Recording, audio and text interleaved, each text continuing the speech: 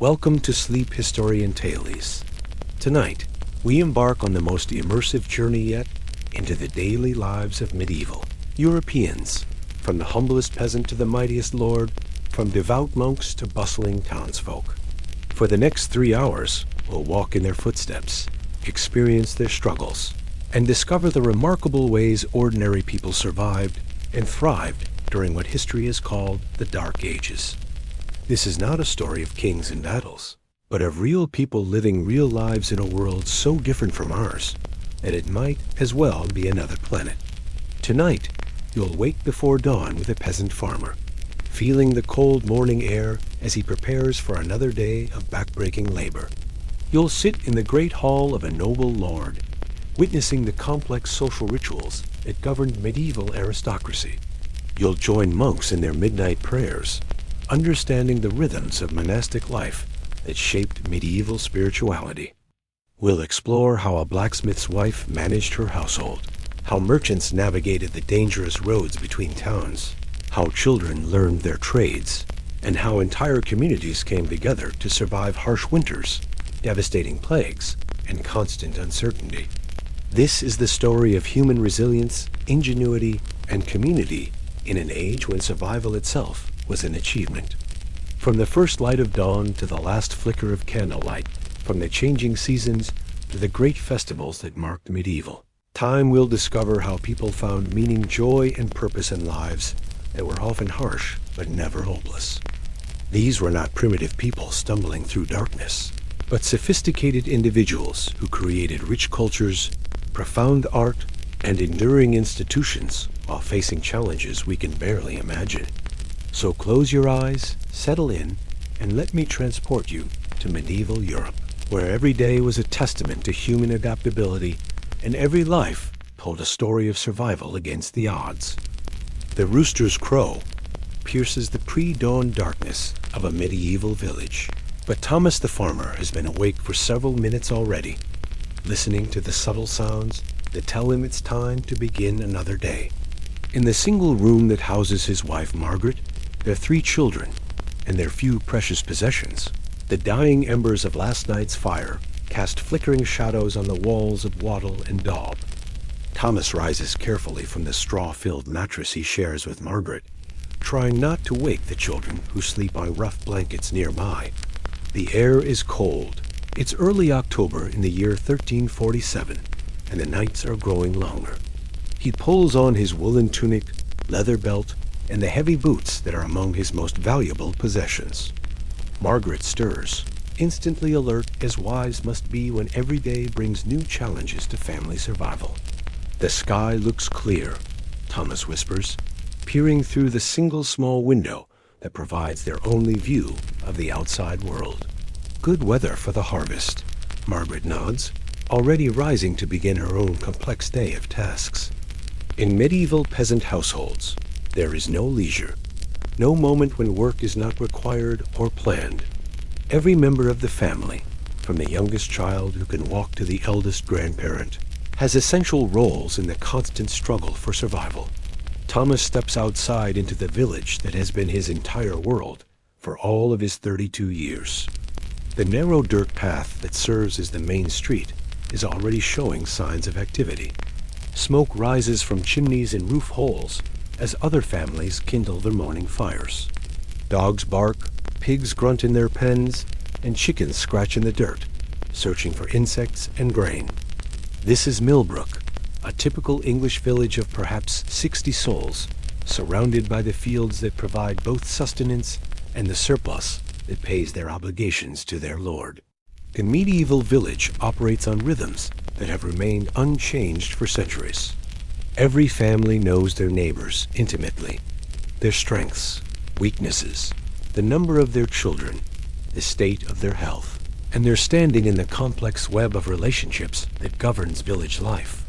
Thomas nods to William the carpenter, already at work repairing a cartwheel, and exchanges morning greetings with Peter the shepherd, who is preparing to lead the village's collective flock to pasture.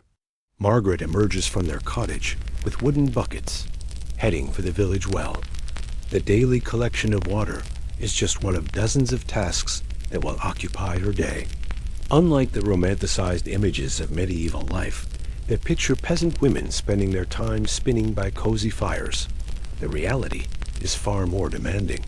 Margaret must tend to their small garden, prepare meals from limited ingredients, care for their animals, participate in the harvest, manage household supplies that must last through winter, and supervise the children's education in the skills they'll need to survive. Their eldest son, John, aged 14, is already considered a man by village standards. He works alongside his father in the fields, learning the intricate knowledge of agriculture that will determine his family's survival. Medieval farming required sophisticated understanding of soil conditions, weather patterns, crop rotation, and animal husbandry. This knowledge was passed down through generations and represented a complex body of practical science that was essential for survival. Their daughter Mary, 12 years old, helps her mother with domestic tasks while learning the skills that will make her a valuable wife and mother in a few years. Their youngest, little Thomas, aged 8, has responsibilities too, watching for birds that might eat the grain, helping to gather eggs, and learning basic tasks that will grow more complex as he matures. The peasant's day is governed by natural light and seasonal requirements. In summer, work begins before sunrise and continues until darkness makes outdoor labor impossible. In winter, the shorter days provide some respite, but this is compensated by the need for indoor tasks like tool repair, textile production, and food preparation that can be performed by firelight. Thomas's first task is to check on their animals. 2 oxen, essential for plowing, a cow that provides milk and will eventually provide meat, several pigs that represent their primary source of protein, and chickens that supply eggs and occasional meat for special occasions. These animals are not just livestock, but family assets that represent the difference between survival and starvation. The village operates on a collective system that modern people might find restrictive, but that provides essential security in an uncertain world. The fields are divided into strips, with each family working several scattered plots according to ancient agreements and customs. This system ensures that bad soil or crop failure in one area doesn't destroy any single family, while good conditions benefit the entire community.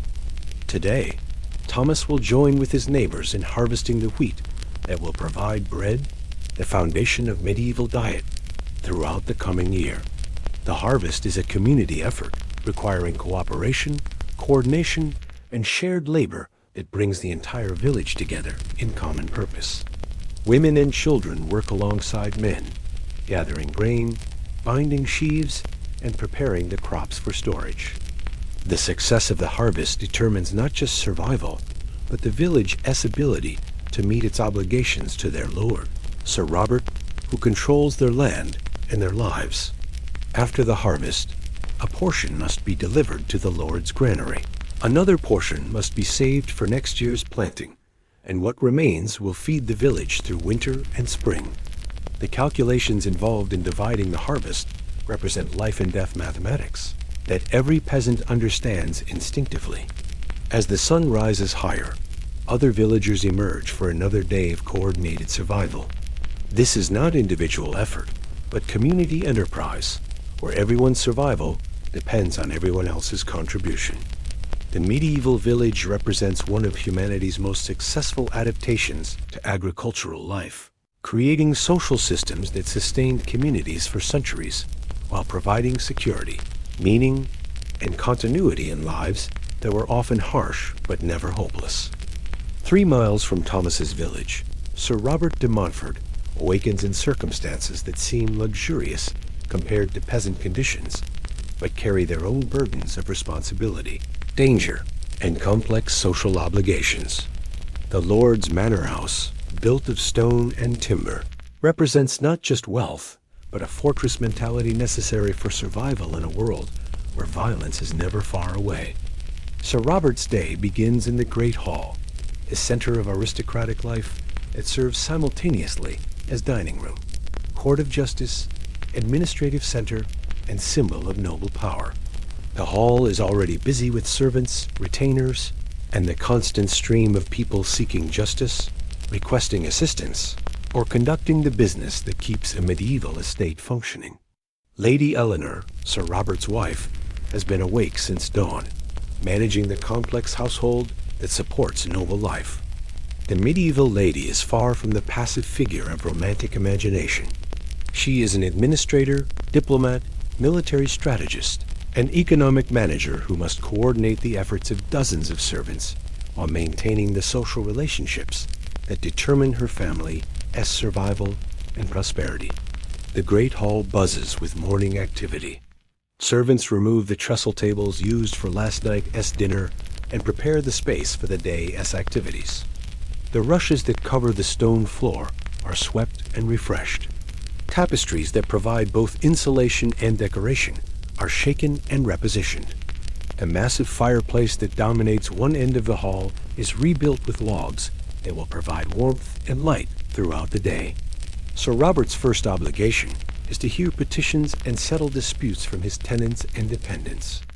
This morning, Thomas the farmer and his neighbor William have come to seek judgment in a dispute over boundary markers that has threatened to disrupt the village harmony essential for successful farming. Sir Robert listens to both sides, consults with his bailiff, who knows local conditions, and renders a decision that must be both fair and practical. The Lord's role as judge represents just one aspect of the complex responsibilities that medieval nobility accepted in exchange for their privileges. Sir Robert owns the land, but this ownership comes with obligations to provide justice, protection, and leadership that shape every aspect of his daily life. He cannot simply exploit his position without regard for his dependents' welfare, because their productivity and loyalty determine his own survival and prosperity. Lady Eleanor's morning involves supervising the preparation of meals that will feed not just the family, but dozens of retainers, servants, and guests whose presence is essential to noble status. The medieval Great Hall operated as a kind of restaurant that served multiple meals daily to a constantly changing population. This required sophisticated planning, resource management, and organizational skills. The kitchen operations alone represent a complex enterprise. The head cook must coordinate the efforts of numerous assistants, manage supplies that include fresh and preserved foods, plan menus appropriate to social occasions and dietary restrictions, and maintain food safety in an age without refrigeration. Lady Eleanor oversees this operation while managing household finances, supervising textile production, and maintaining the social relationships that determine the family's political position. Sir Robert, as administrative responsibilities, include managing agricultural operations that support not just his own household, but the economic obligations that maintain his position in the feudal hierarchy. He owes military service to his own lord, must contribute to royal taxation, and must maintain the military equipment and trained personnel necessary for his defensive responsibilities. The morning brings visits from neighboring lords, discussions of political developments that could affect local conditions, and planning for the winter months when travel becomes difficult and communities must rely on stored resources. Medieval noble life required constant attention to political relationships that could shift rapidly and dramatically affect family fortunes. Young Robert, Sir Robert's eldest son and heir, spends his morning in weapons training with the master-at-arms, learning the combat skills that will determine his survival and effectiveness as a future lord. Medieval martial education involved years of intensive training in swordsmanship, horsemanship, and tactical thinking. The young nobleman must master not just individual combat skills, but leadership abilities that will enable him to command men in battle and coordinate military operations. Lady Eleanor's daughter, Isabella, age 15, divides her time between household management training and the social education that will determine her value in the marriage negotiations that will shape her future. She learns to read and write, masters complex needlework, studies music and dance, and develops the social skills necessary for managing noble households and conducting diplomatic relationships. The Great Hall serves as a kind of theater where noble authority is constantly performed and reinforced. Every meal is a social ritual that demonstrates hierarchy and reinforces relationships. The seating arrangement, the quality of food served to different guests, the ceremonial aspects of service, and the entertainment provided all communicate messages about status, relationships, and political alignments. Sir Robert's afternoon involves inspecting his estates, checking on agricultural operations, and consulting with his bailiff about problems requiring attention. The medieval lord must understand farming, animal husbandry, weather patterns, and market conditions that affect his income and his tenants' welfare. This is not absentee ownership, but hands-on management that requires constant attention and practical knowledge. The noble household includes numerous specialists whose skills are essential for aristocratic life. The steward manages financial affairs and coordinates household operations. The marshal oversees horses, transportation, and military equipment. The chamberlain manages personal service and protocol. The chaplain provides religious services and maintains the literary culture essential for administration and communication. Evening in the Great Hall brings entertainment that serves both social and political functions. Traveling minstrels provide news from distant areas while entertaining the household. Local musicians and storytellers maintain cultural traditions and provide recreation after long days of labor. Games of chess and backgammon develop strategic thinking while providing social interaction. The Lord's evening meal is a complex social event that reinforces relationships with retainers, provides hospitality to guests and travelers, and demonstrates the prosperity and generosity that maintain noble status. The quality and variety of food, the sophistication of service, and the entertainment provided all communicate messages about the Lord's power, wealth, and cultural refinement. As night falls, Sir Robert and Lady Eleanor retire to their private chambers, but their responsibilities continue. They must plan for tomorrow's activities, discuss problems requiring attention, and prepare for the seasonal challenges that will test their leadership and management skills. Medieval noble life was privileged, but never easy, requiring constant vigilance, sophisticated skills, and the ability to balance competing obligations and interests. At the Abbey of St. Benedict, 15 miles from Sir Robert's manor brother, Michael awakens not to a rooster-esque crow, but to the sound of the monastery bell calling the community to matins, the first prayer service of the monastic day. It is still deep night, around 2 in the morning, but this awakening before dawn has governed his life for the past 12 years since he took his final vows as a Benedictine monk. The monastery operates on a rhythm entirely different from secular life, one governed not by agricultural seasons or noble obligations, but by the divine office, the cycle of prayers that mark the hours and give meaning to every moment of monastic existence. This rhythm, established by Saint Benedict in the 6th century, has shaped the lives of countless monks and has influenced the very concept of time in medieval Europe. Brother Michael rises from his simple bed in the dormitory he shares with 20 other monks. The cells are small, containing only a straw mattress, a wooden cross, and perhaps a single book for personal devotion.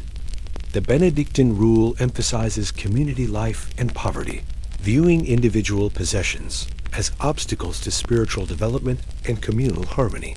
The Abbey Church is dimly lit by candles and oil lamps as the community gathers for matins.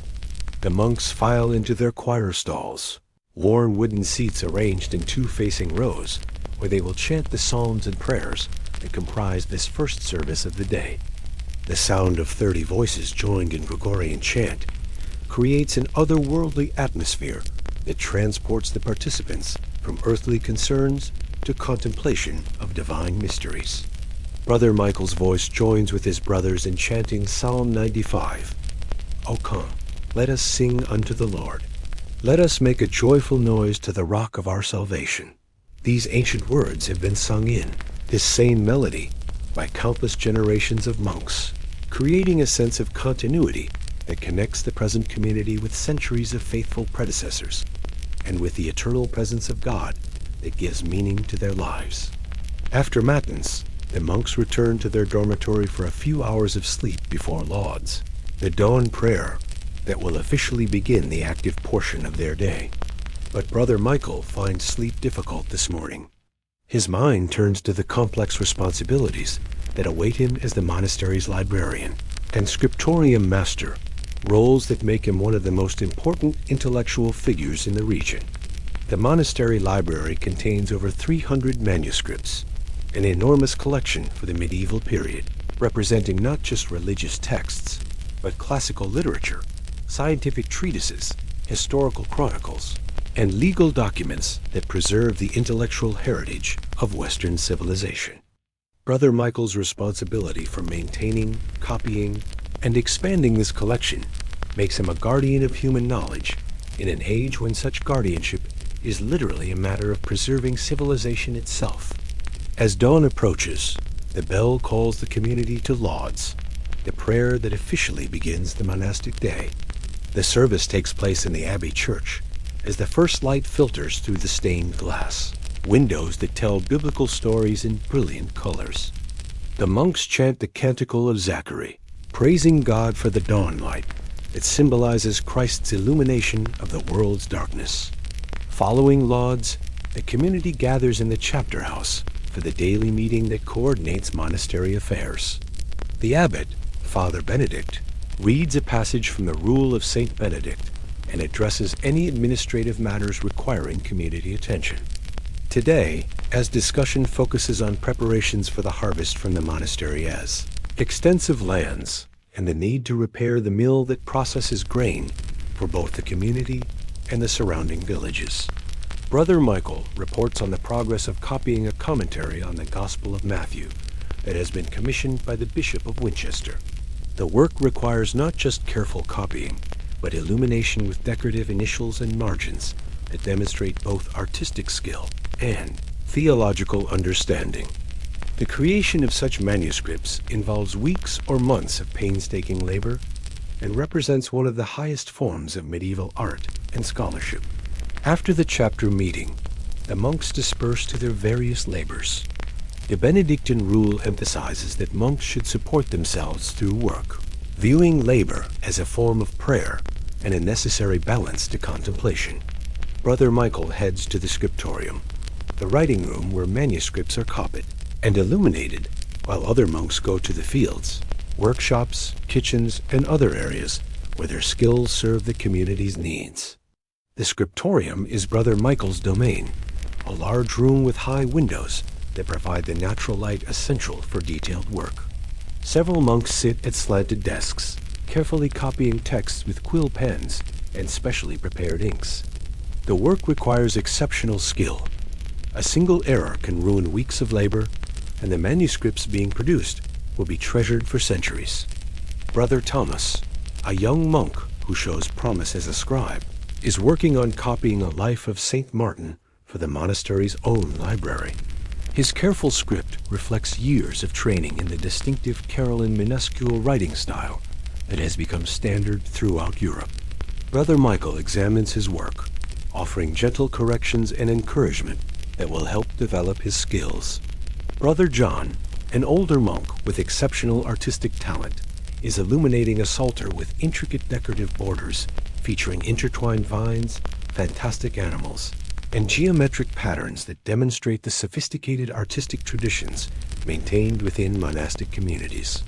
His work requires not just artistic skill, but deep theological knowledge that enables him to create images that enhance the spiritual meaning of the texts.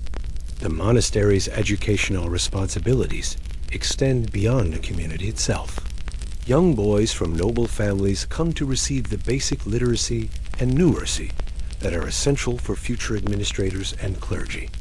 The monastery school represents one of the few educational institutions available in medieval society, making monks the primary teachers and preservers of learning.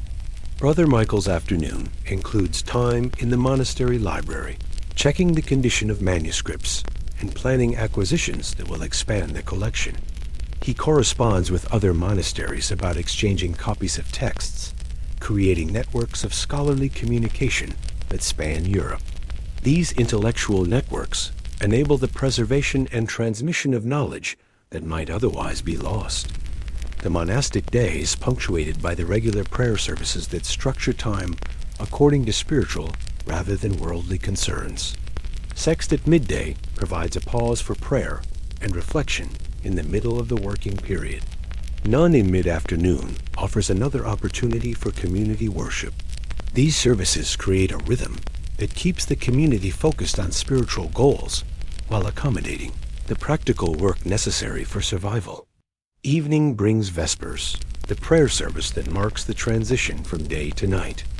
The monks gather in the darkening church as candles are lit, and the community chants psalms of praise and petition. The service includes readings from Scripture and the Church Fathers that provide intellectual nourishment, alongside spiritual guidance. After Vespers comes the evening meal, eaten in silence, while one monk reads aloud from a spiritual text. The monastic diet is simple but adequate, consisting mainly of bread, vegetables, and occasionally fish, with meat forbidden except for the sick. The communal meal reinforces the community bonds that are essential for monastic life, while maintaining the atmosphere of recollection that characterizes all monastic activities. The final service of the day is Compline, the prayer that officially ends the monastic day and begins the period of silence that will last until after lauds the following morning. The monks chant the ancient hymn Duces ante terminum before the ending of the light and receive the abbot's blessing before retiring to their dormitory for sleep. Brother Michael's life represents a radical alternative to secular existence, one that finds meaning in community, prayer, and service rather than individual achievement or material success. The monastic commitment to stability, conversion of life, and obedience creates a social framework that has sustained communities for centuries, while preserving and transmitting the intellectual and spiritual heritage of Western civilization. The town of Winchester awakens to the clatter of cartwheels on cobblestones as merchants and farmers converge for the weekly market that transforms the usually quiet streets into a bustling center of commerce, social interaction, and cultural exchange. Market Day represents the heartbeat of medieval economic life, bringing together people from miles around in a complex dance of trade, negotiation, and community building. Master William the goldsmith rises before dawn in his workshop on Goldsmith Street, where the most prosperous craftsmen have established their businesses near the cathedral and royal castle. His house reflects his status, 3 stories tall with a stone ground floor housing his workshop and shop wooden upper floors, providing living space for his family, and a small courtyard behind where precious metals and tools can be stored securely. William's workshop is already busy with activity.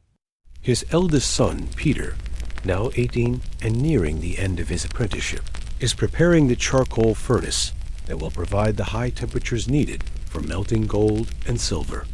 His younger son, Thomas, still in his first year as an apprentice, is organizing tools and preparing the workspace under Peter's supervision. The goldsmith's craft requires not just artistic skill, but sophisticated understanding of metallurgy, chemistry, and mathematics. William must know how to purify metals, create alloys with specific properties, and calculate the precise proportions needed for different types of work. His education, acquired through years of apprenticeship and guild membership, represents specialized knowledge that commands respect and high prices. Today, William will display several pieces commissioned for the Cathedral Autumn Festival. A silver chalice decorated with intricate engravings, gold fibulae for securing ceremonial vestments, and a reliquary cross adorned with precious stones that will house a fragment of the true cross recently acquired by the bishop. These pieces represent weeks of labor and demonstrate the sophisticated artistic traditions maintained within medieval craft guilds. Meanwhile, across town in the shambles, Master Robert the Butcher is preparing for one of his busiest days of the week. Market Day brings customers from surrounding villages seeking fresh meat, prepared sausages, and specialized cuts for feast days and special occasions. Robert's shop, with its heavy wooden tables and sharp cutting tools, is both workplace and retail establishment. Robert's wife, Agnes, manages the financial aspects of their business, keeping accounts, negotiating prices with suppliers, and maintaining the customer relationships that ensure steady income. Medieval women often played crucial roles in family businesses, and Agnes's skills in mathematics and negotiation are as essential to their success as Robert's expertise in butchering and meat preparation.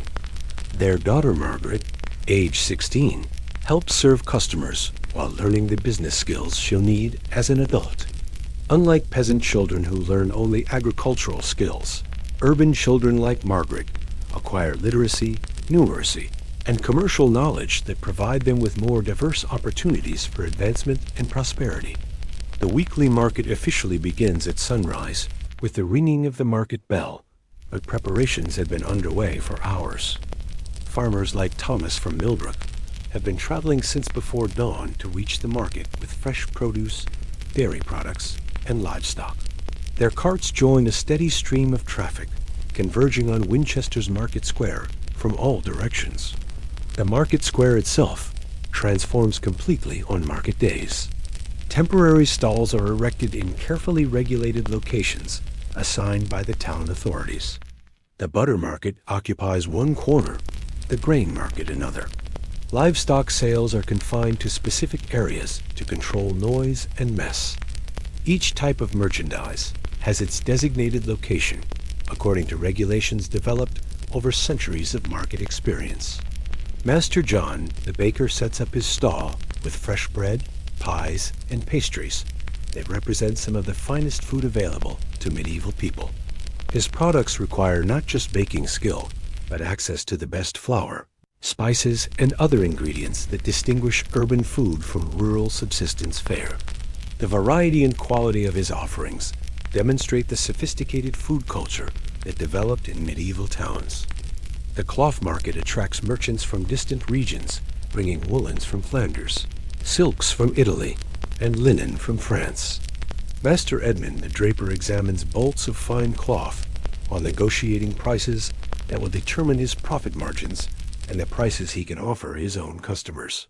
These commercial negotiations require understanding of quality, market conditions, and customer preferences that represent sophisticated business knowledge.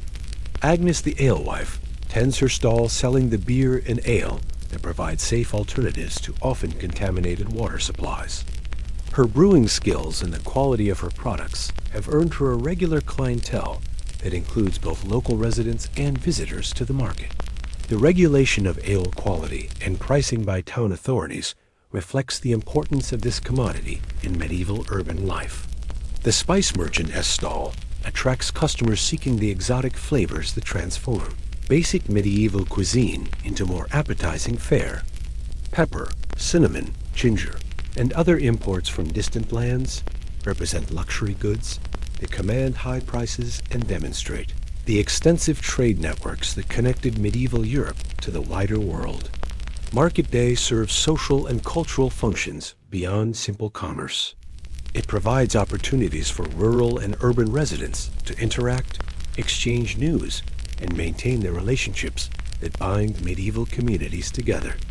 The market square becomes a center for information exchange, where news of political developments, weather patterns, and economic conditions spreads throughout the region. The presence of traveling entertainers adds cultural richness to market day activities. Minstrels perform songs and stories that provide both entertainment and news from distant places. Jugglers and acrobats attract crowds that create opportunities for merchants to display their wares. These entertainers represent one of the few sources of cultural variety available to medieval people. Religious elements are integrated into market activities through the presence of clergy blessing transactions, pilgrims selling badges and souvenirs from holy sites, and the regulation of market activities according to church calendar restrictions. The integration of commercial and spiritual concerns reflects the unified worldview that characterized medieval culture. The town authorities maintain order through market regulations enforced by officials who check weights and measures. prevent fraud, and collect the taxes and fees that support municipal services. These regulatory systems represent sophisticated understanding of commercial law and administrative procedures that enabled complex economic activities to function smoothly. Apprentices and young workers use market day as an opportunity to observe different trades and consider their future career options. The variety of crafts and businesses displayed in the market provides educational opportunities that help young people make informed decisions about their life paths. The guild system that regulates craft production is prominently displayed in market activities. Master craftsmen display their work proudly, knowing that their reputations depend on maintaining the high standards required by guild regulations. The guild system provides quality control, training standards, and social support that benefit both producers and consumers. As evening approaches, market activities wind down with the closing bell that officially ends trading for the day. Merchants pack the remaining goods, settle accounts, and make arrangements for next week's market. The transformation back to normal town life begins, but the economic and social connections established during market day will influence community relationships throughout the coming week. Master William the goldsmith counts his profits from a successful day while planning future projects based on orders received and customer preferences observed. The market provides essential feedback about demand, pricing, and competition that enables craftsmen to adjust their production and marketing strategies. Market day represents the vitality and complexity of medieval urban life, demonstrating how towns served as centers of economic activity, cultural exchange, and social interaction that enriched medieval civilization and provided alternatives to rural agricultural life. The weekly transformation of quiet streets into bustling commercial centers reflects the energy and enterprise that drove medieval economic development and urban growth. Deep in the countryside, far from the bustle of Winchester's market, old Geoffrey the farmer awakens to a world governed by rhythms that have remained unchanged for 1,000 years. At 63, Geoffrey has survived famines, plagues, harsh winters, and crop failures that claimed many of his generation. His weathered hands and bent back tell the story of a lifetime spent coaxing sustenance from reluctant soil, but his bright eyes reveal the accumulated wisdom that makes him one of the most respected figures in his village. Geoffrey's knowledge represents a sophisticated understanding of agricultural science that rivals modern expertise in its depth and practical application. He can predict weather patterns by observing cloud formations, wind directions, and the behavior of animals. He knows which crops will thrive in different soil conditions, how to rotate plantings to maintain soil fertility, and when to plant, cultivate, and harvest to achieve maximum yields. This morning, Geoffrey walks through his holdings, several strips of land scattered throughout the village as 3 great fields. Examining his crops with the critical eye of someone whose survival depends on making accurate assessments. The wheat is nearly ready for harvest, its golden heads heavy with grain that will provide bread for his family throughout the coming year. The barley in another strip shows the even ripening that indicates perfect timing for the harvest that must begin within days. His vegetable garden behind his cottage contains a carefully planned array of crops that will provide variety and nutrition throughout the year. Cabbages, onions, leeks, peas, and beans are arranged according to principles of companion planting that maximize yields while minimizing pest damage. Each plant serves multiple purposes. Peas and beans add nitrogen to the soil that benefits other crops, while their edible pods and seeds provide protein for the family diet. Geoffrey's understanding of animal husbandry equals his agricultural expertise. His oxen, essential for plowing and heavy work, receive careful attention to their diet, health, and conditioning. He knows exactly how much work they can perform without exhaustion, how to treat common ailments, and how to maintain their strength throughout the demanding seasons of plowing and harvesting.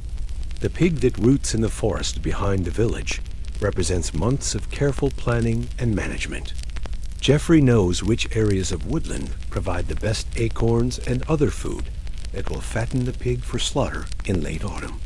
The timing of the slaughter, the methods for preserving the meat, and the utilization of every part of the animal reflect knowledge passed down through generations and refined through personal experience.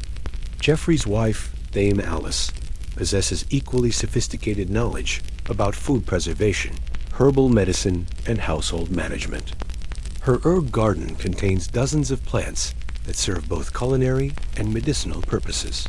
She knows how to dry, store, and prepare remedies for common ailments, when to harvest different plants for maximum potency, and how to compound preparations that can mean the difference between life and death during illness.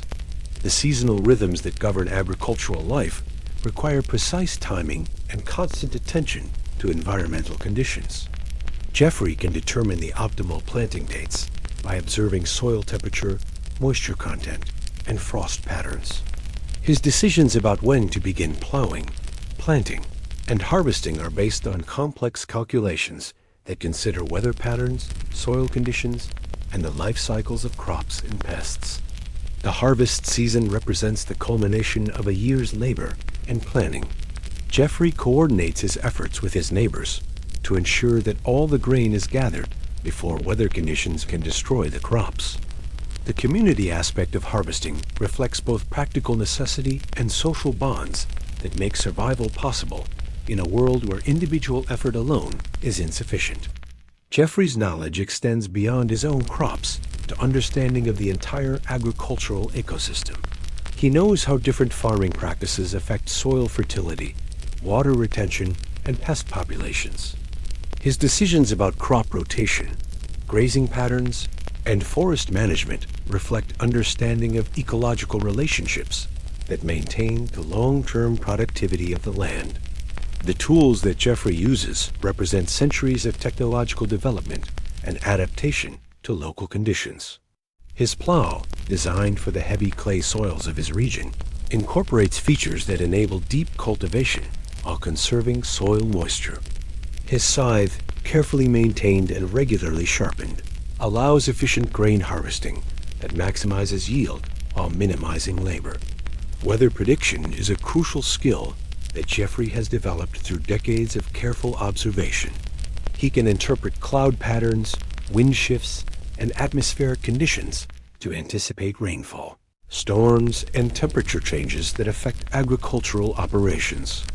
This meteorological knowledge enables him to make critical timing decisions about planting, cultivating, and harvesting that determine the success or failure of his crops. The integration of livestock and crop production in Jeffrey's farming system reflects sophisticated understanding of nutrient cycling and resource utilization. His animals provide manure that fertilizes his crops, while crop residues provide fodder for the animals. This integrated approach maximizes productivity while maintaining soil fertility through natural processes. Jeffrey's role in the village extends beyond his own farming to serving as an advisor and teacher for younger farmers. His knowledge of local conditions, crop varieties, and farming techniques makes him a valuable resource for the community. He participates in decisions about village agricultural policies, crop selection, and resource allocation that affect everyone's survival.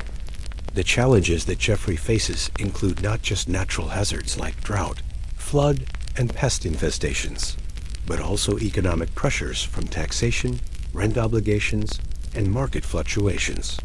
His farming decisions must balance productivity with the need to meet obligations to his lord while maintaining enough resources for family survival and next year's planting. Food storage and preservation represent critical skills that Jeffrey and Alice have perfected through years of experience. They know how to construct root cellars that maintain proper temperature and humidity for storing vegetables, how to build granaries that protect grain from rodents and moisture, and how to prepare preserved foods that will sustain the family through winter and early spring. The agricultural calendar that governs Jeffrey's life reflects deep understanding of seasonal cycles and their implications for farming activities. Each month brings specific tasks that must be completed at optimal times. Plowing in spring, cultivation in summer, harvesting in autumn, and preparation for winter. This calendar represents accumulated knowledge about timing that maximizes agricultural success. Jeffrey's farming practices incorporate sustainable principles that maintain soil fertility and productivity over decades and centuries. His methods of crop rotation, composting, and soil conservation reflect understanding of agricultural ecology that enables continued productivity without depleting natural resources. As evening approaches, Jeffrey reviews the day's accomplishments and plans tomorrow's activities. His decisions about resource allocation, labor priorities, and risk management reflect the sophisticated thinking required for successful agricultural management in a challenging environment. His expertise represents one of humanity's most essential skills, the ability to produce food consistently and sustainably in harmony with natural systems. Master Edmund, the wool merchant, awakens in a roadside inn 50 miles from home, surrounded by the carefully guarded bales of raw wool that represent his family's fortune and future. The inn's common room still echoes with the snores of other travelers, but Edmund has learned through years of dangerous journeys that early rising often means the difference between profit and disaster, between safe arrival and robbery on lonely roads. Edmund's journey began 3 weeks ago in the Cotswolds, where he spent days negotiating with sheep farmers for their finest fleeces. The quality of English wool has made it the most sought-after commodity in European markets, and Edmund's trained eye can distinguish between grades that will bring premium prices in Flanders and inferior wool that barely covers transportation costs. His traveling companions include 2 armed guards, necessary protection in an age when merchants represent tempting targets for bandits and desperate men, and his nephew, Thomas, learning the family trade through practical experience that no amount of theoretical instruction could provide. The education of a medieval merchant requires understanding of geography, languages, currencies, weights, and measures, quality assessment, negotiation techniques, and the complex web of political relationships that can make travel safe or deadly. The merchant's day begins with checking the security of his cargo and assessing the condition of his horses and carts. Medieval transportation is slow, uncertain, and expensive, requiring constant attention to vehicle maintenance, animal health, and route conditions. A broken axle or lame horse can destroy weeks of careful planning and result in losses that bankrupt merchant families. Edmund's route to the Great Cloth Fair at Champagne follows roads that have carried merchants for centuries, but the political situation changes constantly, affecting both safety and profitability. Wars between kingdoms can close routes entirely, while local conflicts create opportunities for brigandage that make travel extremely hazardous.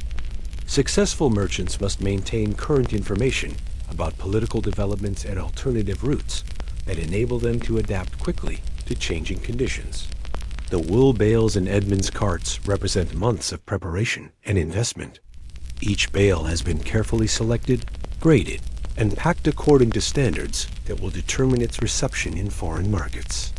The reputation of English wool depends on maintaining consistent quality, and merchants who sell inferior goods find themselves excluded from the most profitable trading relationships.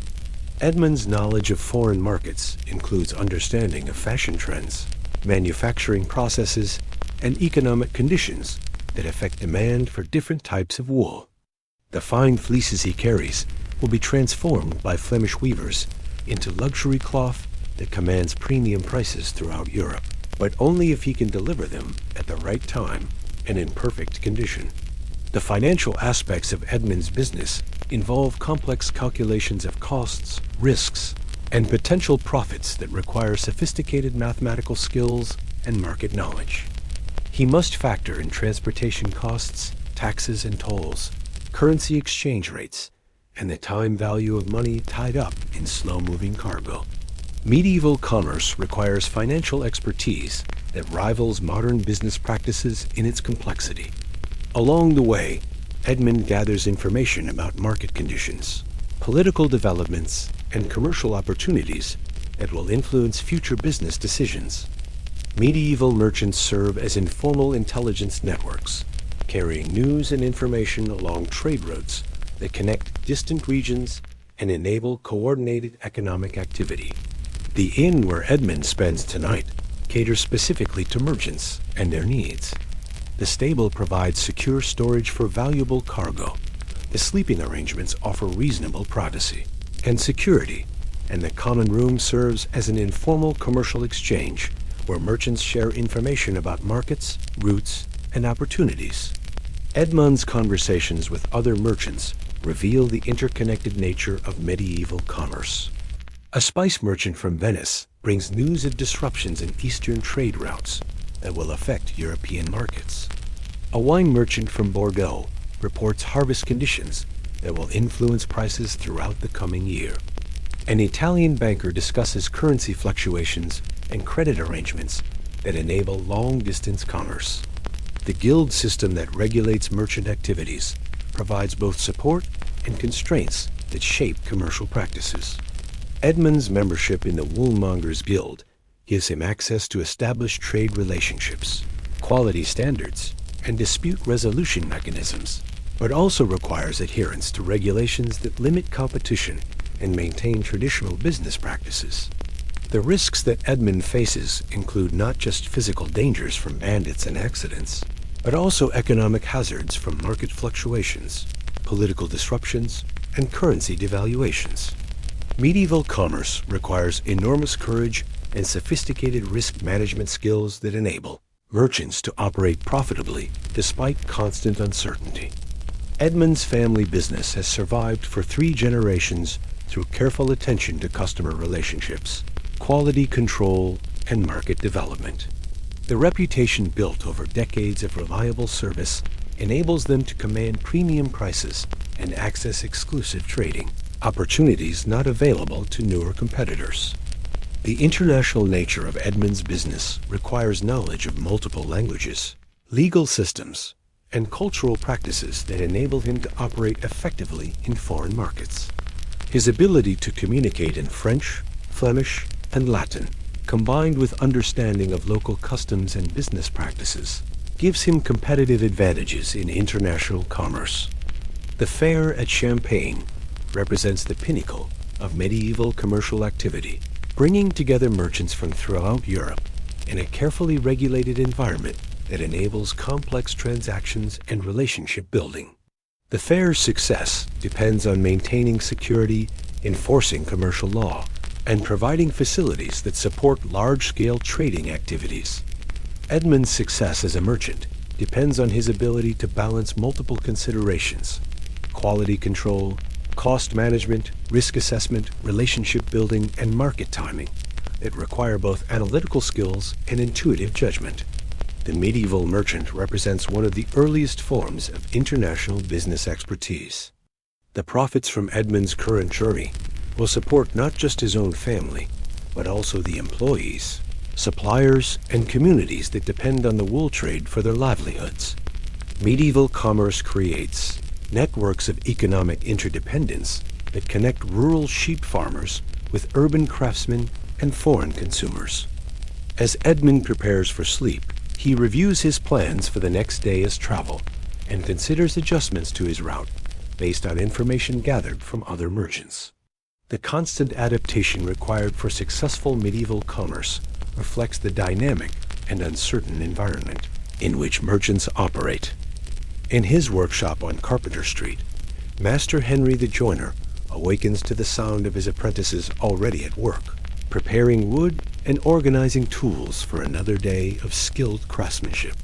The workshop, which occupies the ground floor of his house, represents 3 generations of accumulated knowledge, tools, and reputation that have established his family as among the finest woodworkers in Winchester.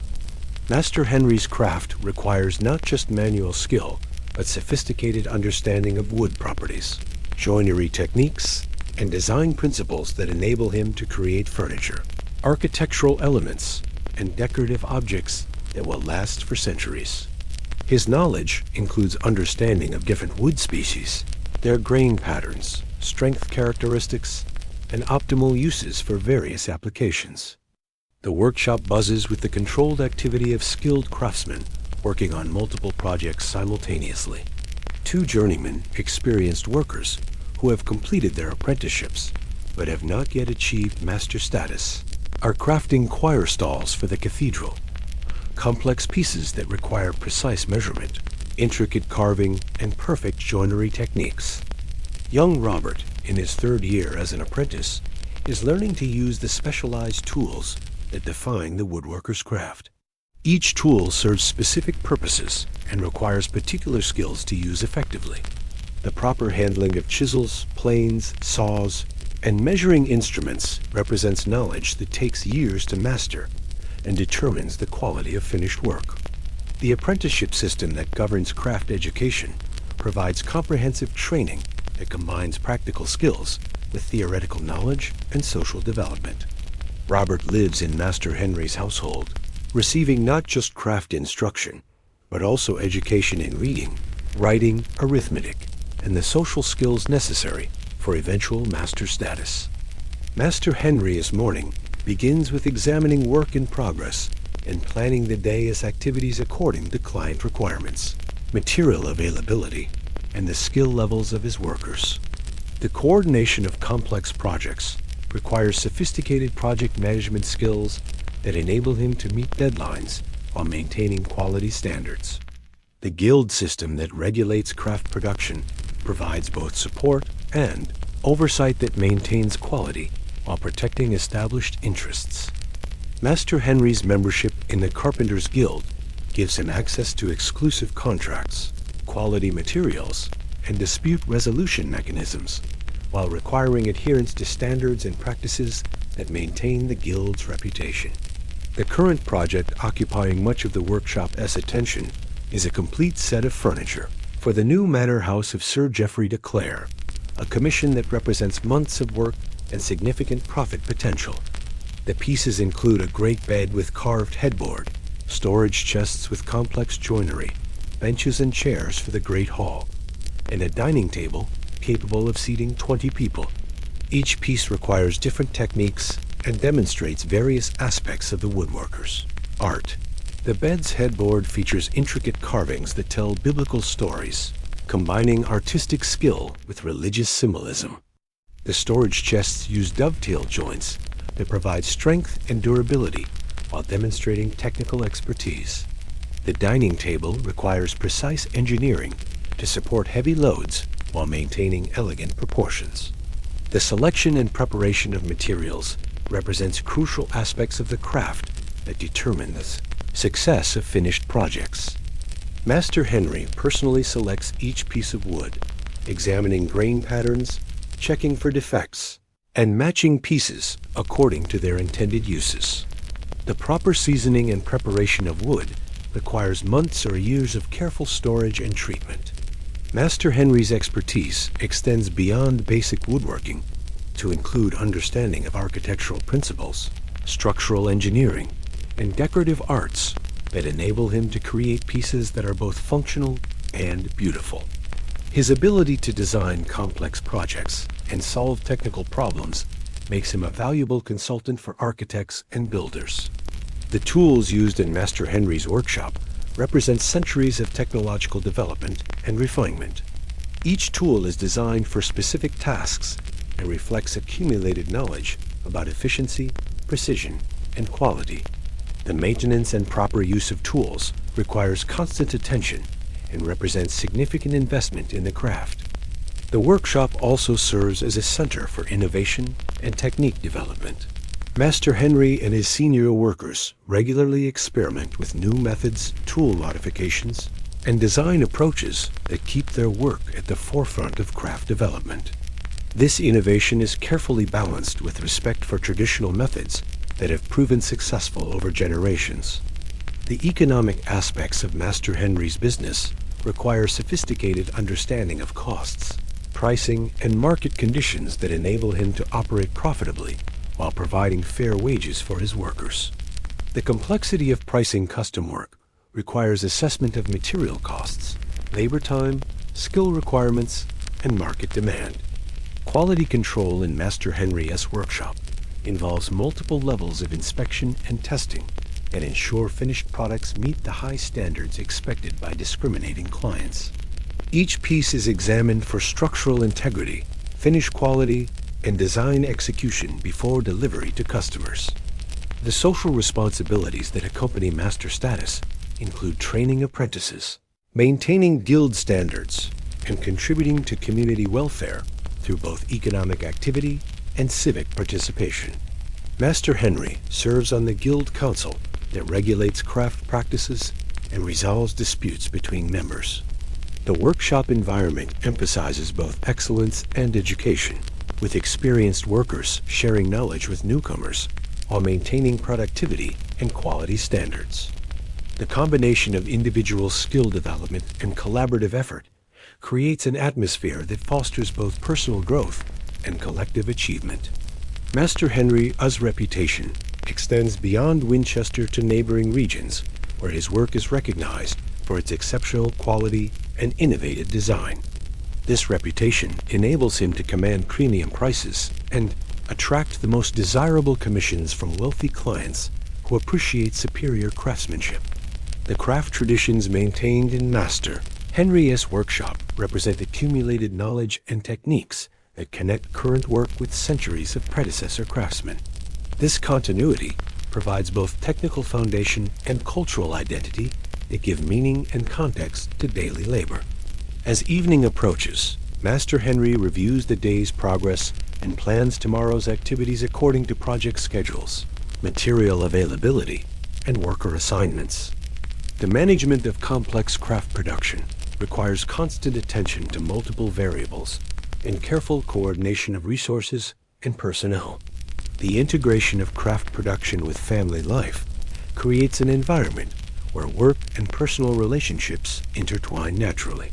Master Henry's children grow up surrounded by skilled craftsmanship and gradually acquire the knowledge and skills that may lead them to continue the family tradition. Dame Margaret the brewer awakens before dawn in her house behind the marketplace, where the distinctive aroma of fermenting malt announces her trade to the entire neighborhood.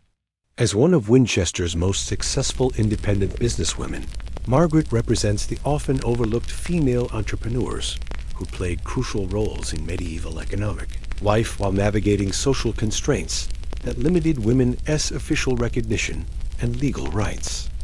Margaret's brewery operation requires sophisticated understanding of biochemistry, quality control, and market management that rivals any male-dominated craft in its complexity and technical demands.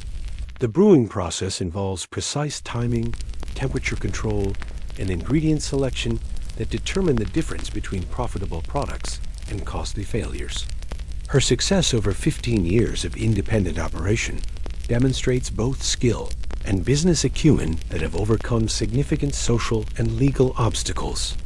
The malting process that begins Margaret's production cycle requires weeks of careful management as barley is soaked, allowed to germinate, and then dried according to traditional methods that she has refined through years of experimentation. The quality of malt determines the flavor, strength, and keeping qualities of the finished ale, making this initial step crucial for commercial success. Margaret's knowledge of brewing extends beyond basic production to include understanding of seasonal variations, water quality, storage conditions, and customer preferences that enable her to produce consistent products throughout the year. Her reputation for reliability and quality has built a loyal customer base that includes both individual households and commercial establishments like inns and taverns. The business aspects of Margaret's operation require skills that many male craftsmen lack, including customer relationship management, credit arrangements, inventory control, and financial planning. Her ability to maintain accurate records, manage cash flow, and plan for seasonal variations demonstrates commercial expertise that challenges assumptions about women's economic capabilities. Margaret's workday begins with checking the progress of current batches and planning production schedules according to anticipated demand available materials, and storage capacity. The coordination of multiple brewing cycles requires sophisticated scheduling that ensures continuous product availability while preventing spoilage or quality deterioration. Her employees include 2 young women learning the brewing trade and an older woman who manages sales and customer relations. This all-female workforce reflects both the gender segregation common in medieval occupations and Margaret's deliberate choice to provide employment and training opportunities for other women in her community. The regulatory environment that governs Margaret's business includes guild restrictions, municipal licensing requirements, and church regulations that create both obstacles and opportunities for female entrepreneurs. Her success requires not just brewing skill, but also political awareness and relationship management that enable her to operate within complex regulatory frameworks. Across town, Dame Eleanor, the silk worker, operates a different type of female enterprise, importing raw silk from Italy and supervising its transformation into luxury textiles for wealthy customers. Her workshop employs 6 women in various aspects of silk production, from reeling and dyeing to weaving and finishing, creating one of Winchester's most sophisticated manufacturing operations. Eleanor's business requires international connections, technical expertise, and artistic skills that demonstrate the high level of female entrepreneurship possible in medieval commerce.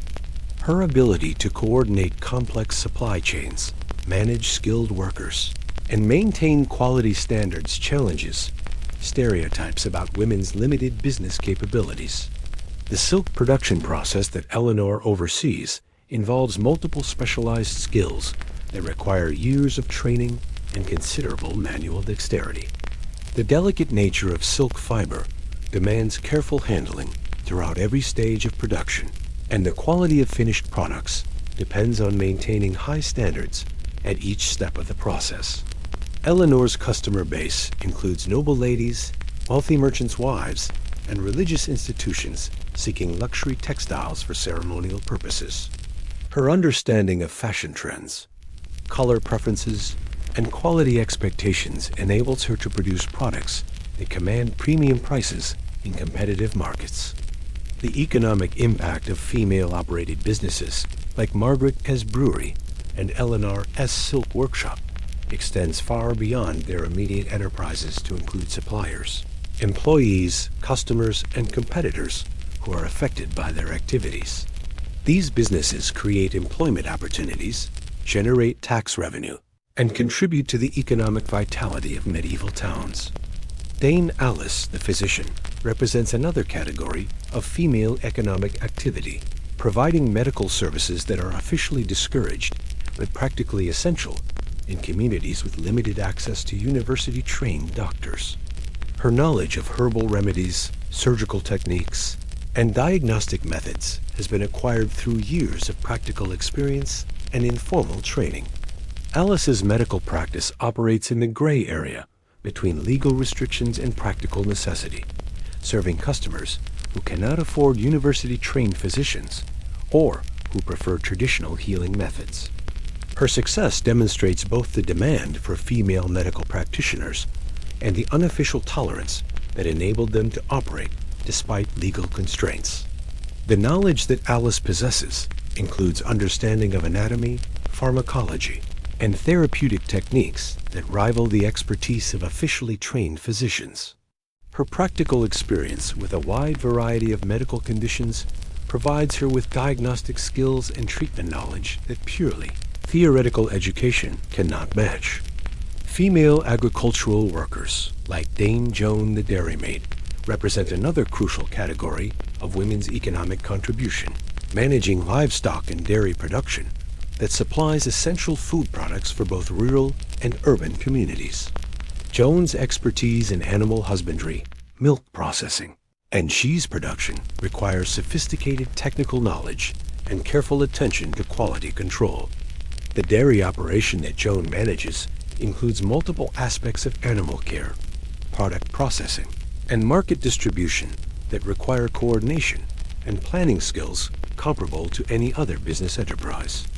Her ability to maintain productive livestock, process high-quality dairy products, and manage sales relationships demonstrates economic expertise that is often overlooked in discussions of medieval commerce. Textile production represents perhaps the largest category of female economic activity, with women throughout medieval society involved in spinning, weaving, dyeing, and garment construction that clothed medieval Europe. The skills involved in textile production require years of training and provide essential products for both domestic use and commercial sale. Dame Isabel, the seamstress, operates a garment-making business that serves customers from various social levels, creating everything from simple work clothes to elaborate ceremonial garments. Her ability to design, fit, and construct clothing requires artistic skill, technical expertise, and customer service capabilities that demonstrate sophisticated business competence. The female networks that support women's economic activities include informal credit arrangements, shared labor, childcare cooperation, and knowledge exchange that enable individual women to operate successful enterprises. These support systems demonstrate female organizing capabilities that challenge assumptions about women's limited social and economic roles. Market women like Dame Mary, the huckster, represent the retail sector of female economic activity, purchasing goods from producers and redistributing them to consumers through market stalls and door-to-door sales. Mary's success requires understanding of supply sources, customer preferences, pricing strategies, and inventory management that demonstrate commercial expertise. The economic contributions of medieval women encompass both formal businesses and informal economic activities that are essential for family and community survival. Women's unpaid labor in household management, food production, childcare, and community support represents economic value that is often invisible in official records, but crucial for medieval society's functioning. As evening approaches, these female entrepreneurs complete their daily activities while planning for tomorrow's business requirements. Their success in operating profitable enterprises while managing domestic responsibilities demonstrates capabilities that challenge traditional assumptions about medieval women's roles and limitations. Young Thomas Miller, age 10, awakens in the loft above his father's mill to the familiar sound of grinding stones and rushing water that have shaped his entire life. Unlike modern children who experience extended periods of play and formal education, Thomas exists in a world where childhood is brief and every day brings increasing responsibilities that prepare him for adult survival in a demanding environment. Thomas's education begins immediately upon waking with practical tasks that teach essential life skills. He checks the water levels that power the mill machinery, ensures that grain supplies are properly stored, and assists with the maintenance activities that keep the mill operating efficiently. This hands-on education provides knowledge that no formal schooling could match in its practical utility and immediate relevance. The mill where Thomas is growing up represents a complex technological and business enterprise that requires understanding of hydraulic engineering, mechanical systems, agriculture, and commercial relationships. His daily exposure to these aspects of mill operation provides him with sophisticated technical and business education that will serve him throughout his life. Thomas's father, Master Robert the Miller, serves as his primary teacher in the practical skills that will determine his future livelihood. The knowledge being transmitted includes not just mechanical aspects of mill operation, but also the social skills, customer relations, and business practices necessary for success in a competitive commercial environment. The apprenticeship system that governs craft education means that Thomas will likely leave home within the next few years to learn additional skills with another master. This system provides young people with broader education and social experience while maintaining the practical focus that characterizes medieval learning.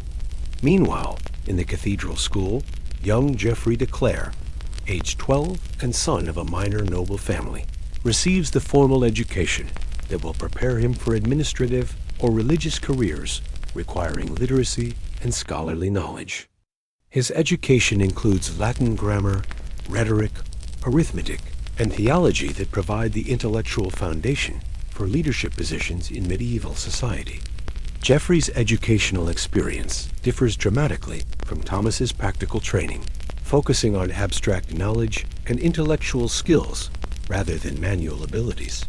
This scholarly education opens doors to careers in church administration, royal service, or academic positions that require formal learning rather than practical experience. The contrast between Thomas's practical education and Geoffrey's scholarly training reflects the social stratification that characterizes medieval society, with different educational paths preparing young people for different social roles and economic opportunities. Both types of education are valuable and necessary for medieval society's functioning, but they lead to very different adult lives. Young Margaret the baker's daughter, age 8, spends her days learning the domestic skills that will enable her to manage a household and potentially operate her own business. Her education includes cooking, textile production, household management, and the social skills necessary for successful marriage and family life in medieval society. Margaret's learning occurs primarily through observation and gradual participation in adult activities, with her mother and other women serving as teachers who transmit knowledge through demonstration and guided practice. This informal educational system effectively prepares girls for their expected social roles while providing practical skills that have immediate utility. The gender differences in medieval education reflect social expectations about adult roles, with boys generally receiving training that prepares them for public life and economic activity, while girls learn skills associated with domestic responsibilities and family management. However, these distinctions are not absolute, and many women acquire business skills and operate independent enterprises. Young Robert the Smith's apprentice, age 14, represents the formal apprenticeship system that provides technical education for skilled crafts. His 7-year apprenticeship contract specifies the knowledge and skills he will acquire while defining the obligations and responsibilities of both master and apprentice. Robert's education includes not just the technical aspects of metalworking, but also the business practices, customer relations, and social skills necessary for eventual master status. The apprenticeship system provides comprehensive preparation for adult life that combines practical skills with social development and character formation. The living arrangements that accompany apprenticeship, with apprentices residing in their master's household, create extended family relationships that provide social support and cultural transmission beyond simple skill training. These relationships often continue throughout adult life, creating networks of mutual support and business cooperation. For peasant children like little Mary from Thomas the farmer's family, education occurs within the agricultural cycle that governs rural life. Her learning includes understanding of crop cultivation, animal care, food preservation, and the seasonal rhythms that determine rural survival and prosperity. Mary's education emphasizes practical knowledge that has immediate application and survival value, with little attention to abstract learning or formal literacy. However, this practical education provides sophisticated understanding of ecological relationships and agricultural science that represents genuine expertise in essential skills. The religious education that all medieval children receive provides moral instruction, cultural identity, and social cohesion that bind communities together. Children learn biblical stories, moral principles, and religious practices that shape their worldview and provide meaning and purpose for their lives. Church-sponsored education in cathedral and monastery schools provides opportunities for exceptional students from various social backgrounds to acquire advanced learning and pursue careers in religious or administrative service. These educational institutions represent some of the few opportunities for social mobility available in medieval society. The seasonal nature of much medieval work means that children's educational experiences vary throughout the year, with different seasons emphasizing different types of learning and activity. This variation provides comprehensive education that prepares children for the diverse challenges they will face as adults. Play and leisure activities for medieval children often incorporate educational elements that develop skills and knowledge while providing recreation. Games, stories, and social activities teach cultural values, social skills, and practical knowledge while entertaining young people during their limited free time. The transition from childhood to adult responsibility occurs much earlier in medieval society than in modern cultures, with children assuming significant responsibilities and making important life decisions at ages that modern people would consider far too young for such challenges. Family relationships in medieval society emphasize mutual support and shared responsibility rather than the extended dependence that characterizes modern childhood. Children are expected to contribute to family welfare according to their abilities while receiving protection and guidance appropriate to their development level. As evening approaches, young people throughout medieval society prepare for sleep while reflecting on the day as learning and anticipating tomorrow as challenges. Their education, whether practical or scholarly, formal or informal, is preparing them for adult lives that will be shaped by the knowledge and skills they acquire during these formative years. The diversity of educational experiences available in medieval society reflects the variety of adult roles and opportunities that exist within the complex social and economic systems that characterize medieval civilization. Each type of education serves essential functions in preparing young people for productive adult lives while maintaining the cultural knowledge and social institutions that enable medieval society to function successfully. The great bell of Winchester Cathedral rings out across the frosty December morning, calling the faithful to celebrate the feast of St. Nicholas. But its bronze voice carries more than religious summons. To medieval ears, this bell announces one of the countless festivals, holy days, and seasonal celebrations that punctuate medieval life with rhythm, meaning, and community joy that transforms the harshness of daily survival into something approaching spiritual transcendence. Master William the baker has been awake since midnight, preparing the special breads, pastries, and feast foods that will mark today's celebration. St. Nicholas Day brings not just religious observance, but economic opportunity, as families throughout Winchester will purchase special foods to mark the occasion. The feast calendar that governs medieval life creates numerous opportunities for craftsmen and merchants to provide goods and services beyond basic necessities. The medieval year unfolds according to a complex calendar that interweaves Christian religious observances with ancient seasonal celebrations and practical agricultural necessities. This calendar provides structure and meaning that helps medieval people understand their place in the cosmic order while offering regular opportunities for community celebration and individual spiritual renewal. Dame Eleanor, the silk worker, has spent weeks preparing special garments for today's festivities, creating clothing that demonstrates both personal devotion and social status. The feast days that mark the medieval calendar require appropriate dress that reflects both religious reverence and worldly position, creating demand for luxury goods that support specialized crafts and international trade. Young apprentices throughout the town look forward to St. Nicholas Day with special anticipation, as this feast traditionally brings gifts, treats, and temporary relaxation from the strict discipline that governs their daily lives. The medieval calendar includes numerous celebrations specifically designed to provide relief from routine hardships and offer hope and joy to those whose lives are often difficult and uncertain. The religious significance of today's celebration centers on St. Nicholas, the patron saint of children, merchants, and sailors, whose legendary generosity provides a model for Christian charity and community support. The stories told about St. Nicholas emphasize values of compassion, justice, and care for the less fortunate that are central to medieval Christian culture. The church services that mark St. Nicholas Day include special music, decorations, and ceremonies that transform the everyday experience of religious worship into something extraordinary and memorable.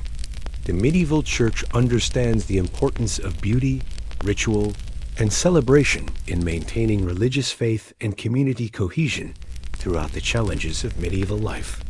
Guild celebrations associated with St. Nicholas Day provide opportunities for craftsmen and merchants to demonstrate their prosperity, solidarity, and social responsibility through charitable activities and public displays. The guild system that regulates medieval economic life includes important social and religious functions that bind communities together through shared celebration and mutual support. The feast foods that mark today's celebration include special breads, pastries, and dishes that are prepared only for religious holidays, creating anticipation and marking these occasions as truly special and different from ordinary days. The medieval diet, often limited and monotonous, is transformed on feast days through foods that provide both physical pleasure and spiritual significance. Children throughout Winchester participate in traditional games, songs, and activities associated with St. Nicholas Day, learning cultural traditions while enjoying the rare opportunity for unrestricted play and celebration. These childhood experiences create lasting memories and cultural connections that bind individuals to their communities throughout their lives. The charitable activities that accompany St. Nicholas Day reflect the saint's reputation for generosity and provide opportunities for wealthy community members to demonstrate their Christian virtue while assisting those in need. Medieval charity operates through personal relationships and community networks rather than institutional systems, making feast day giving both personal and meaningful. The winter timing of St. Nicholas Day provides psychological relief during the darkest and most difficult season of the medieval year, offering light, warmth, and celebration when spirits are lowest and survival challenges are greatest. The medieval calendar strategically places many celebrations during winter months when morale support is most needed. As winter deepens, the medieval community prepares for the greatest celebration of the year, the 12 days of Christmas that will transform the darkest period into a time of unparalleled joy, festivity, and spiritual renewal. The Christmas season represents the pinnacle of medieval celebration, combining religious significance with community bonding and seasonal hope. The preparations for Christmas begin weeks in advance, with special foods, decorations, and activities planned to mark this most important of Christian celebrations. Every aspect of medieval life is affected by Christmas preparations, from agricultural planning that ensures adequate food supplies to craft production that provides gifts and decorative items. The religious significance of Christmas provides the foundation for celebrations that affirm Christian faith while offering hope for salvation and eternal life. The Christmas story of divine love entering the world provides meaning and purpose that transcends the hardships of medieval existence and offers ultimate hope for human destiny. The community aspects of Christmas celebration bring together people from all social levels in shared activities that temporarily suspend normal social hierarchies, while affirming common humanity and shared spiritual destiny. The Christmas season provides opportunities for social interaction and community building that strengthen the relationships essential for medieval survival. The economic impact of Christmas celebration creates opportunities for merchants, craftsmen, and service providers while redistributing wealth through gift-giving and charitable activities. The Christmas season represents one of the most important commercial periods of the medieval year, supporting various trades and enterprises through increased demand for goods and services. The cultural traditions associated with Christmas include music, stories, games, and activities that preserve and transmit medieval culture, while providing entertainment and education for community members. These traditions create continuity between generations while adapting to contemporary conditions and concerns. As the Christmas season approaches, medieval communities prepare for celebrations that will provide spiritual renewal, social bonding, and psychological relief from the challenges of winter survival. The anticipation of Christmas creates energy and hope that help communities endure the difficulties of the darkest season, while preparing for the renewal that will come with spring. The cycle of celebration that governs medieval life provides rhythm and meaning that transform survival into something approaching spiritual journey. Each feast, each season, each celebration offers opportunities for transcendence that elevate medieval existence beyond mere physical endurance to encompass spiritual growth and community development. The medieval calendar thus represents one of humanity's most successful attempts to create meaning and joy within the constraints of difficult material conditions, demonstrating how culture and spirituality can transform harsh realities into opportunities for human flourishing and community celebration. As our long journey through medieval daily life draws to a close, we find ourselves in the great Cathedral of Winchester as midnight approaches on Christmas Eve. The cathedral is filled with people we have come to know intimately: Thomas the farmer and his family, Sir Robert and Lady Eleanor, Brother Michael and his monastic community, Master William the goldsmith, Dame Margaret the brewer, young apprentices and ancient craftsmen, mothers and children, lords and peasants, all gathered together in the flickering candlelight that transforms the stone walls into something approaching heaven on earth. The midnight mass that is about to begin represents the culmination of medieval spiritual life, the moment when all the struggles, hardships, and daily challenges of medieval existence are transformed into something sacred and eternal. The voices that will soon join in ancient hymns include those we have heard throughout our journey. Voices raised in work, songs, market calls, prayers, arguments, laughter, and sorrow, now united in celebration of the divine mystery that gives meaning to their lives. The medieval world we have explored tonight reveals itself finally as neither primitive nor backward, but as a sophisticated and deeply human response to the eternal challenges of existence. The people we have met, peasants and nobles, monks and merchants, craftsmen and scholars, demonstrate that human intelligence, creativity, and resilience have been constants throughout history, expressed differently in different times, but always present in the fundamental human drive to survive, prosper, and find meaning in existence. The daily rhythms that govern medieval life, the rising of the sun and the lighting of fires, the tolling of bells, and the gathering of communities, the seasonal cycles of planting and harvest, the holy days that mark the passage of time, represent humanity's attempt to create order and meaning within the apparent chaos of existence. These rhythms, developed over centuries of experience, provide structure that enables both individual survival and community flourishing. The social relationships we have observed, the bonds between lord and peasant master and apprentice husband and wife, parent and child, neighbor and neighbor, demonstrate the fundamental human need for connection and cooperation that transcends historical periods and cultural differences. Medieval society, with all its inequalities and hardships, nevertheless creates networks of mutual support and shared responsibility that enable communities to survive and occasionally thrive. The knowledge systems that medieval people developed, agricultural science, craft techniques, commercial practices, religious wisdom, artistic traditions, represent sophisticated responses to practical challenges that required both intellectual understanding and practical skill.